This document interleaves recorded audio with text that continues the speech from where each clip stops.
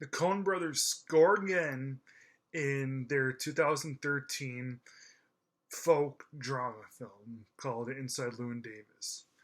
This was the first film that starred well, the first film that I saw which had Oscar Isaac in it. Before he did Star Wars and Ex Machina. Yeah, I remember when I first saw this, and I thought that it was David Crumbolts from the Santa Claus movies and from the show Numbers and the Addams Family Values. I didn't know who Oscar Isaac was at the time, but with the Joel and Ethan Coen, they discover people, they revamp careers, kind of like they did with Jeff Bridges with The Big Lebowski. And this one right here is very close to being a masterpiece. It is very close to being one of the Coen brothers' best films. Literally, it's so great. It is about a young man named Llewyn Davis, who's played by Oscar Isaac. The time is 1961. He lives in New York City. He's homeless. He crashes on people's couches, I mean. And he's a folk singer. Now, in 1961, the folk scene wasn't really big back then. It was mostly rock and roll and Motown, doo-wop stuff. So because Llewyn is doesn't do that kind of music, his career isn't taken off as much as he wants it to be.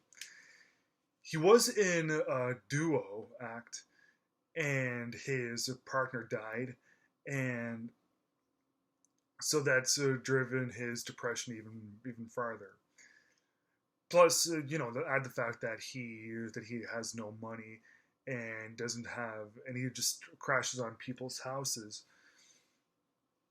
Like he's a starving artist, really. Finds out that one of his that a girl that he knows is pregnant by him. That girl's played by Carey Mulligan, a girl who hates him. So yeah, this movie is really about Llewyn's struggles to make make a buck. Really, he's a musician, and that's really how it goes. Like like the thing with artists is that a lot of the times they're called starving artists, and Llewyn Davis. Well, this movie is really the definitive starving artist movie. Llewyn is not really a nice guy, but he's driven that way. Like he becomes that way because he's no longer the minor success that he once was because his best friend died. Plus, the fact that that the girl that he knocked up wants an abortion. Add the fact that he has no money. Add the fact that he doesn't have a place to stay. Add the fact that he's not as good of a musician as he thinks that he is. So he has all these reasons to really be mad at the world, to be mad at everyone. One thing that one flaw that this movie has, and it could be looked at as a strength, I guess you could say, is the music itself. Personally, I don't really like folk music. Okay, but I like some folk things, like Crosby, Stills, Nash and Young. I love them, and that movie Once from 2007, one of my favorites. But Inside Llewyn Davis, it doesn't really feel like. I always thought that the songs in this film were one of the what was a flaw of the film. The song that Oscar Isaac sings at the very beginning, it's good, nothing big. Justin Timberlake plays one of Llewyn's friends in it. Him, Oscar Isaac, and Adam Driver, who also has a bit part in this, sing a song called "Please, Mr. Kennedy." it's the funnest song on the like in the soundtrack, but it's not great. But it could be that just could be to show that Llewyn really isn't as good of a musician as he thinks that he is. Okay, fine, whatever. So when so after some time with Llewyn, we yeah, Llewyn is a nice guy, but we just can't help but feel so much remorse for him, so much sympathy because he's a starving artist. This is the definitive starving artist film. There's this subplot where um, where he where the people that he's staying with for the night, he lets their cat out, and Llewyn spends the rest of the film trying to get that cat. People have always interpreted the cat as different things. You could interpret the cat as being Llewyn himself, always roaming, always trying to find whatever, like the cat being the personification Llewyn's of Llewyn's own self, even though Llewyn himself is a person. Yeah, I can make a whole entire video about that, about what I think of that cat. But this is just a review of the movie, and the thing that yeah, aside from the from the songs, I never really cared for the ending of this.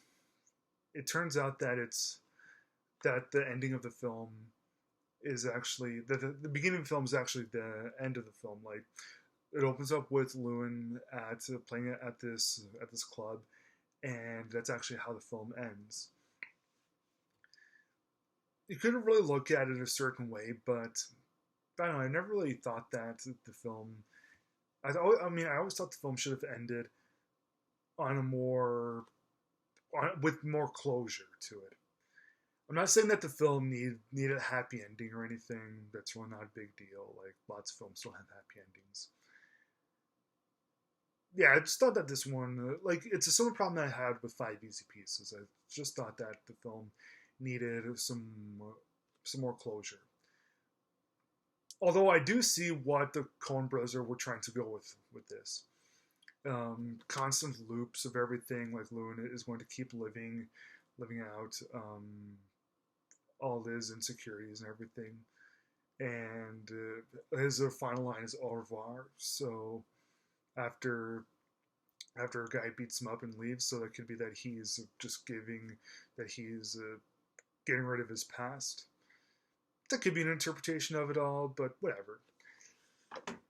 So yeah, because of that, that's really the only big flaw of the film I found was the ending. I mean, like the music of this, yeah, it was flawed, but I just thought that that was a little bit of a flaw. But the ending was something a little bit bigger. But you know what? That's fine. Everything else in this film is quite exquisite, beautifully told, and it is the best starving artist movie that you'll ever see. If anybody else um, tries to do something similar to this, it could be beaten, but not for a while. So I'll give Inside Llewyn Davis 3.5 stars out of 4.